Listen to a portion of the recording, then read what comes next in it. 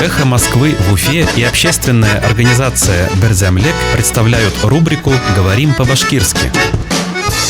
Писатель. Язаусы. Писатель поручился. Яуаплылыкты алган. Писатель поручился. Яуаплылыкты алган.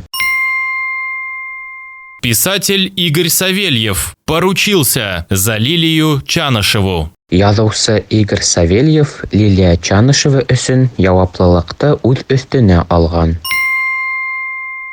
Писатель Игорь Савельев поручился за Лилию Чанышеву. Язаусы Игорь Савельев Лилия Чанышева өсөн яуаплылыкты үз өстенә алган.